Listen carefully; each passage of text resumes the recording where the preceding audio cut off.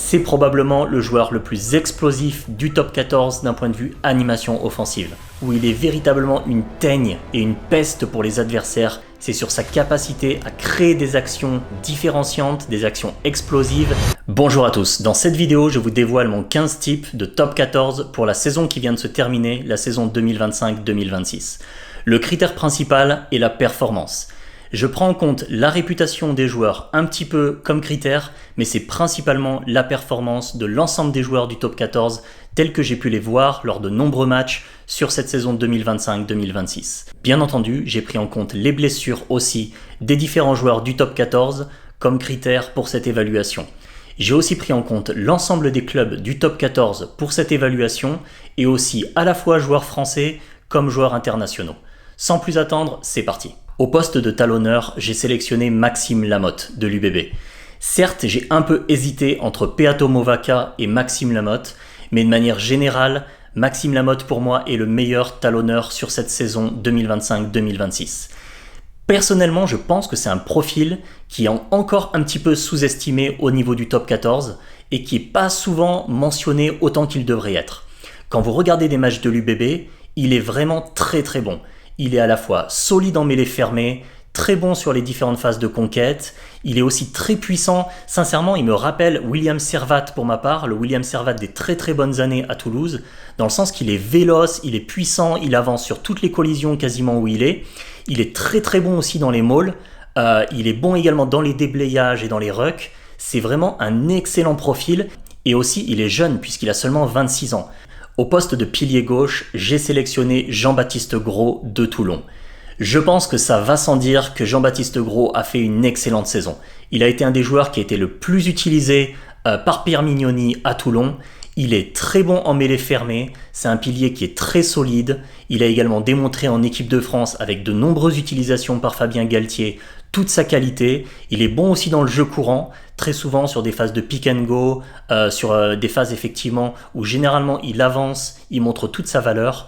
Et c'est le pilier gauche, à mon point de vue, le plus régulier et le plus constant dans la production offensive du top 14. J'enchaîne avec le poste de pilier droit. Et potentiellement là, sans grande surprise, vis-à-vis de tous les postes d'une équipe de 15 de rugby, en France, c'est là où potentiellement on a le moins de qualité.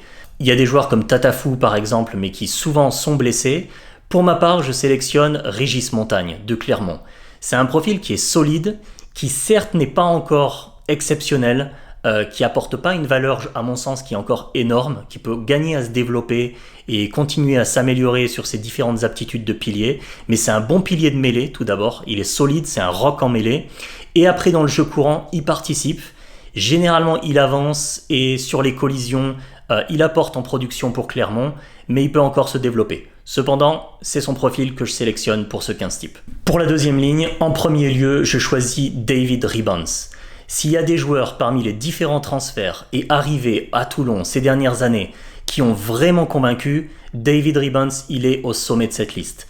Arrivé en 2023 sur la rade, sur la Méditerranée, il n'a fait que convaincre tout le monde depuis qu'il est là. Il est très solide en mêlée fermée, il est excellent sur les touches, c'est un véritable leader pour Toulon. C'est vraiment un des joueurs qui mène l'équipe et qui est un meneur d'hommes pour le RC Toulon. Et de manière générale, il est toujours très investi dans les matchs, très engagé, très présent dans le combat. David Ribbans, il fait une grosse différence à Toulon depuis plusieurs années et je le sélectionne comme deuxième ligne. Pour le deuxième joueur dans l'attelage de deuxième ligne, je sélectionne, certes sans grande surprise, Emmanuel Meafou du Stade Toulousain. Sa puissance, pour le joueur effectivement né en Australie et qui a grandi à Brisbane, fait une grande différence. Très souvent, quand il amène ses 145 kg en attaque avec sa vélocité près de la ligne de marque, il est quasiment inarrêtable. Il marque de nombreux essais, il est très bon en mêlée fermée, il apporte aussi dans les rucks et dans toutes les phases de combat. C'est un joueur dont la valeur est inestimable lors des matchs couperés, des matchs qui vraiment demandent décision, que ça soit pour l'équipe de France comme en top 14 pour Toulouse, et il a un choix évident pour ce deuxième rôle de deuxième ligne. En troisième ligne, je n'irai pas vers deux profils qui souvent sont considérés pour le 15 type en top 14, que sont Grégory Aldrit et Anthony Gelonche. Pourquoi ? Parce qu'Anthony Gelonche a été blessé assez longtemps sur cette dernière saison, et Grégory Aldrit, pour sa part, a quand même été assez souvent en méforme, ou en tout cas pas dans la forme étincelante qu'on a pu le voir sur les précédentes saisons, où parfois il était inarrêtable et continuellement faisait avancer La Rochelle, menait le pack et était impressionnant. Là non. Donc là j'ai sélectionné tout d'abord Jack Willis, probablement le meilleur joueur du top 14 sur cette saison passée. Il a un moteur qui ne s'arrête jamais. Il a une activité qui est absolument débordante et qui est parfois assez incroyable quand vous regardez des matchs de Toulouse. Sa première force, c'est probablement l'égratage dans les rucks où il est véritablement une teigne et une peste pour les adversaires de Toulouse, mais également dans le jeu courant. Il est véloce, il est rapide et puissant, très souvent il crée des brèches et dans les collisions, il les domine. Et dans l'ensemble des phases de conquête de manière générale, il est vraiment crucial au jeu que met en place le Stade Toulousain. Comme deuxième joueur ici en troisième ligne, je choisis Charles Olivon. Il est revenu, et c'est tout à son crédit, de manière très forte de sa dernière blessure, qui était une blessure grave. Et sincèrement, on a revu le grand Charles, que ce soit en équipe de France comme en top 14, où vraiment il est devenu à nouveau un des meilleurs joueurs de Toulon, dans le jeu courant, avec cette aisance qu'il a à la fois à se déplacer très rapidement, mais aussi à avancer avec le ballon et fréquemment à faire des passes après contact, c'est une de ses forces. Mais en mêlée fermée, il apporte aussi beaucoup. Dans les déblayages, il est important. En touche, il est aussi présent. C'est un joueur qui est vraiment très important comme rouage pour Toulon, qui est un de leurs joueurs principaux dans le leadership, mais aussi dans le jeu courant. Et donc je sélectionne Charles Olivon sans hésitation. Comme troisième joueur, pour compléter cette troisième ligne, je vais choisir François Cros de Toulouse. C'est vraiment la garantie tout risque de Toulouse. Il est toujours présent. Il fait partie des meilleurs défenseurs du top 14 en termes de plaquage et d'abattage à chaque journée. Omniprésent toujours dans les rucks et dans les déblayages. Il a aussi une bonne activité quand il porte le ballon. Il le fait moins souvent que Jelonche ou que Willis par exemple, mais il apporte aussi positivement dans ces cas-là. Et de manière générale, avec son expérience maintenant, étant donné qu'il est trentenaire, il apporte aussi une science du placement, une maturité, une expérience à Toulouse qui font qu'il a été à nouveau un rouage essentiel vers leur nouveau bouclier de Brennus ce mois de juin. À la charnière et au poste de numéro 9, je choisis ici Nolan Le Garec. Il était très attendu sur cette saison vu qu'effectivement il venait d'être transféré du Racing à Nanterre à La Rochelle et il a absolument pas déçu cette saison. Il a fait une très très bonne saison. Là où il brille vraiment, c'est son côté incisif dans l'animation offensive et près des rucks. Il est vraiment très rapide dans l'exécution avec le ballon. Très bonne qualité de passe, il amène beaucoup de vélocité, beaucoup de rapidité au jeu de La Rochelle, près des regroupements et dans l'animation offensive. Il marque aussi beaucoup d'essais, c'est vraiment une force qu'il a. Il est capable d'aller conclure les attaques de La Rochelle et d'apporter beaucoup d'essais au club. Donc pour ma part, je choisis Le Garec. Un numéro 2 pas très loin derrière et Baptiste Serin qui fait une très bonne saison avec Toulon, qui est très efficace sur tous les compartiments d'un bon numéro 9. Qui aussi d'ailleurs en équipe de France est vraiment pas très loin de souvent se positionner, alors bien entendu derrière Dupont, derrière une concurrence qui est féroce, mais en revanche sur ses différentes apparitions en équipe de France, effectivement il a à nouveau été très bon. Donc très bonne saison de Baptiste Serin qui méritait ici d'être mentionné. Pour ce qui est du poste de numéro 10, je choisis ici Mathieu Jalibert. C'est probablement le joueur le plus explosif du top 14 d'un point de vue animation offensive. Et véritablement en tant que playmaker. Il apporte énormément au jeu de l'UBB, sans conteste. C'est un joueur qui crée beaucoup avec le ballon, qui est excellent aussi dans le jeu de pied, en déplacement, dans l'animation offensive et pour aller trouver des brèches de l'autre côté du terrain, en allant trouver ses ailiers, notamment Damien Penaud par exemple, mais aussi Louis Bielbiarré.